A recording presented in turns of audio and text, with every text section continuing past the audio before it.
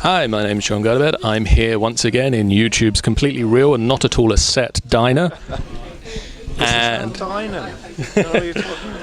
and I'm here with James Spafford, or Spaff, everyone calls me. and we're here to talk about Tearaway from Media Molecule, which is obviously you're working for Media Molecule. I am So indeed. that makes sense that we'll talk about to you about the game. Talk about other games if you Yeah, like. we can. Let's start with Tearaway at least, Yeah. shall we? Tell us Go for it. tell us a bit about Tearaway. So Tearaway is a 3D action platform game, exclusively for PS Vita.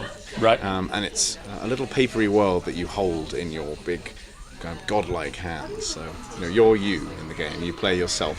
I think I can get into that role. You're joined through your gameplay by one of these two little guys here. This is Iota, Okay. and this is Atois. You can choose which one you play with. But as you can see, their head is an envelope, and inside that envelope there's a message that they're You trying can- to deliver to you. As you can tell slightly more if you look at the stamp on the back of their head. The message inside is unique for every player, and they're trying to, Right. to deliver it to you. To you. Yeah. And so throughout the game, you appear in the game itself. Yes, yeah. So your face appears in the sun. But tell us some of the other ways that you interact with the game world that's different for Tearaway. So probably the biggest thing is that we have these areas of thin paper, we call them, where if you put your fingers on the back of the Vita onto the back touch area, Yep. then you'll see your fingers erupt through the game floor and burst through, and then you can kind of smash enemies up or move great big obstacles or complete little puzzles, and all these things like that. And we've got lots more. You can prod the front touch, you can shake the camera, shake the thing, Yeah. use the front camera, use the back cameras. We use all the various features Use everything. of the PS Vita just to kind of maintain this illusion of a little tiny papery world that you're looking down onto through this hole in the sky. Right. Yeah. And so it's got a very unique art style. Tell us about some of the collectibles that are in the game. Sure. So as you go through the game, you can collect these papercraft models, which you sync with the website, and then you can print out, and you can make the world of Tearaway for yourself. So you can keep playing after you finish the game. Yeah. So there's these guys, and then there's more around it. There's a little elk chap, little present. But there's loads of different things, and we also hope that once people start making those, they'll look at other pieces of the world and say, "Oh, I could make that. That looks easy compared to making the elk or one of making these." the... Yeah, like grass is easy. I'll just put a bit of that. Oh, that rock looks. So did that come about because you were looking at the world and thinking, I'd like to make that, or... I think it's a Was bit of back and forth. So as we were building it, we wanted to make something really papery. So we had to make stuff out of paper to kind of study it and work out. So that it all what looks it's like it would do. So someone would make something in the game, and then they'd make it in real life and realise there's no way that can stand up. There's no way you can actually make this. It doesn't.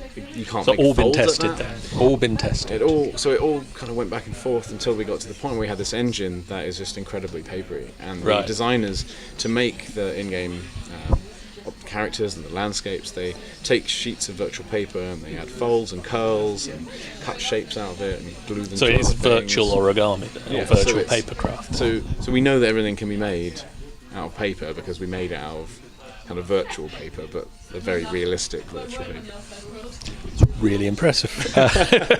Yeah, at its heart, it's a kind of 3D platform Classic. game. At the beginning, you don't actually have the ability to jump, but Right. You'll see that there are other ways that we find to make your character jump. And one of them is another back touch interaction. So there's these drums that you can run over, and imagine if you had a big drum. If you hit the bottom of it and there was something on, then it would bounce up into the air. So there's a lot of drumming, but you do learn to jump. And it does go back to being, that there's things that are very familiar about a platformer, Right. and then things that are very not New and unique. new and yeah, exactly. So the game's out now, yes? Yes, it came out last Friday. So. Right, so people can go out and buy the game. I've played through reasonably large amounts of it and would really recommend that you do it if you have a Vita. If you have a PS Vita, there's actually a free demo that you can get, and then if you enjoy it, you can just unlock. So you don't even need to take my word for it. But yeah. So I'm going to ask, because we've not asked this question yet today, but as you've said that we can ask you about other games, one of our favourite questions is, or one of our favoured questions. The Legend of Zelda. Almost everyone's played at least one of the games in the series. What's your favourite? It's pretty tough because I have a lot of fond memories of the SNES one, but I actually think that Wind Waker just it swings it, and even though there's an HD version of it now, I think that the normal version still holds up, and I think it's wonderful. Great. Well, thanks for chatting with us. We look forward to seeing more from Media Molecule soon. Yes. Thank you. Thanks a lot.